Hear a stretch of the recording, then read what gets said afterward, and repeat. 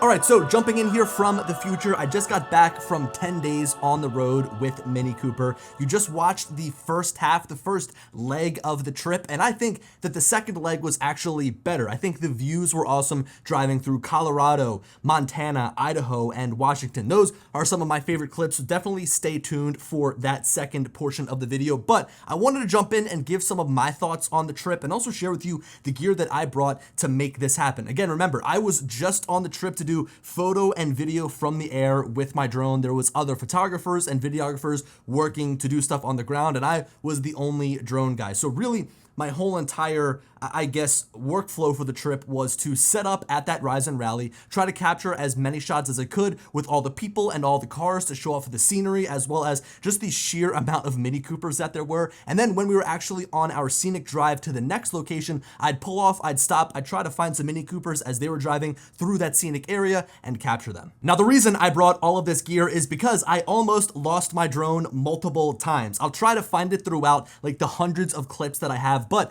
there was plenty of times where I almost snagged on a wire, which would have surely broken my drone in some way. I was flying the Mavic 3 Pro, whether I was flying backwards and the wire popped out of nowhere, whether I was flying forwards and it came into view towards the end as I was ripping full speed, doesn't matter. I had so many close calls. So it was good that I had all of the gear that I've got on the table here with me. This was also a very hectic 10 days. We basically stayed in a new hotel in a new city or town every single night. So it was getting into the hotel, unloading everything, charging, dumping footage, packing things back up, and hitting the road early the next morning. And again, this is everything that I brought with me. I also had a duffel bag with me that was just for clothes, but this here is the gear that made this trip happen. So I guess we'll kind of focus on one thing at a time. I'll put the case over to the side. You guys know that I usually love to carry one backpack with all of my essentials. I've kind of got it now divided up amongst backpack and case, but everything I needed to really accomplish my job right then and there was in here. So this is the Peak Design 30-liter bag. I'll move it into frame here. If we go and unzip the side here, You'll see that I have a big empty space here. That was for my Sony A1 as well as an extra lens. Even though I was just doing drone stuff, I still wanted to bring a camera just to have. So that's where it fits inside of there. I was, of course, flying the Mavic 3 Pro, so my remote of choice was the RC Pro. This, of course, just gave me really great battery life, a nice bright display during the day, and also just gave me a dedicated controller for my drone, so I didn't need to keep using, say, a phone to be my screen. Now I've also got 3 extra batteries kind of tucked down inside of there. So 3 batteries to use just in case, of course, I needed extras while I was bringing my backpack around. And of course, the drone itself. This is the Mavic 3 Pro. Now, funny enough, I'll show you guys. My propellers are very beat up after the trip. So if you look at the top propellers there, you can see that I'm missing the orange tips on this side, and on the bottom, these are probably the worst. You can see that those propellers are just so beat up. Now, I didn't have any collisions at all. I didn't even trim any trees or anything, but this is just from hard flying, putting it in and out of my backpack. So having spare props and changing these on the regular is definitely something that I would recommend. Now,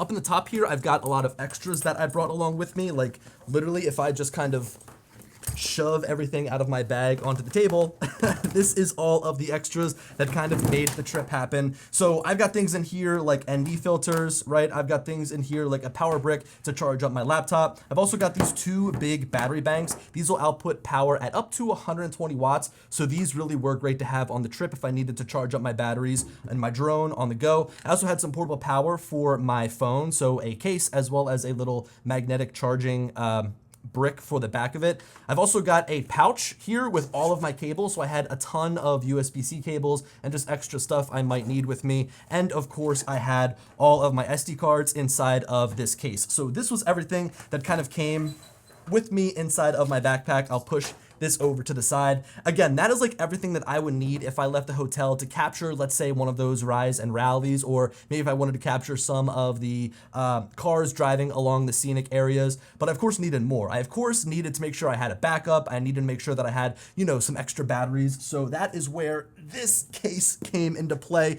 So I'm just going to plop this down here right on the desk. I'm going to open it on up. This is awesome because it's actually carry-on friendly. So this I could just bring right onto the plane. Didn't have to worry about checking it or anything like that. It came with me, sat above where I was sitting, and I didn't have to worry about losing the case or, you know, the airline losing it. So if we open this up, this is everything extra that came with me. Now I've got an empty space right here for my Sony A7C. So I brought a second body with me as a just in case. I had some extra room. So nice little full frame camera as a backup right in there. Now I've got the Mavic 3 Classic as my backup drone down here. The reason I brought the Mavic 3 Classic along with the Mavic 3 Pro is so that I could use it as a backup in case anything happened to my Mavic 3 Pro, but also so that I could use this as a hyperlapse drone. I just find that with the camera on here, it's a little bit more stable than my Mavic 3 Pro. My Mavic 3 Pro has been through the ringer, so sometimes the gimbal moves a little bit and will mess up a hyperlapse. So this was my hyperlapse and backup drone. I've got 5 extra batteries in here, so that left me with a total of 9 batteries on this trip. I've got another RC Pro that I could use on my Mavic 3 Pro if need be, or I could use on my secondary drone, the Mavic 3 Classic. I've got 2 charging hubs. I've got some extra propellers. Extra propellers are definitely underrated. You want to make sure you have them just in case. It could be the smallest of crashes, but a propeller could break and then you wouldn't be able to fly. I've got some Mavic 3 Classic ND filters and the Mini 4 Pro, which was like my expendable backup drone just in case anything happened to my Mavic 3 Classic or my Mavic 3 Pro. This was like an absolute backup. I had 6 total batteries. I was ready to go with this thing if I needed to. But this right here, this charging hub was the real MVP of the entire trip. Now, I don't think that I have shown this here on my channel before, but this is a 6-port USB-C charger from Satechi. It's got a total of 200 watts of output power. So the more you plug in, the more it's going to disperse that power amongst all of the ports. And what was great is I could plug in 6 USB-C cords into here. I could charge my 2 controllers. I could charge all of my drone batteries off of the 2 hubs. I could charge my phone. I could charge my laptop. Doesn't matter. This thing could power it. So this really was a huge lifesaver. And yeah, so that was pretty much all the gear that I brought with me. I needed to make sure I had enough batteries and I had enough drones as backup just in case anything happened to them. And I think that this did the trick. I don't think I would have done anything different except maybe bring a couple of more batteries. I found that when I was trying to charge it off the inverter in the car, it just wasn't charging at full speed. So I found myself sometimes at the end of the day with absolutely no power left, and I still wanted to maybe capture a little bit, but I had to just get back to the hotel, charge, and get ready for the next day. Speaking of which, let's now get into the second half of this video because I think that this is some of my favorite footage, maybe that I've ever shot, because it's some of the most beautiful scenery that I've seen. So let's get into it.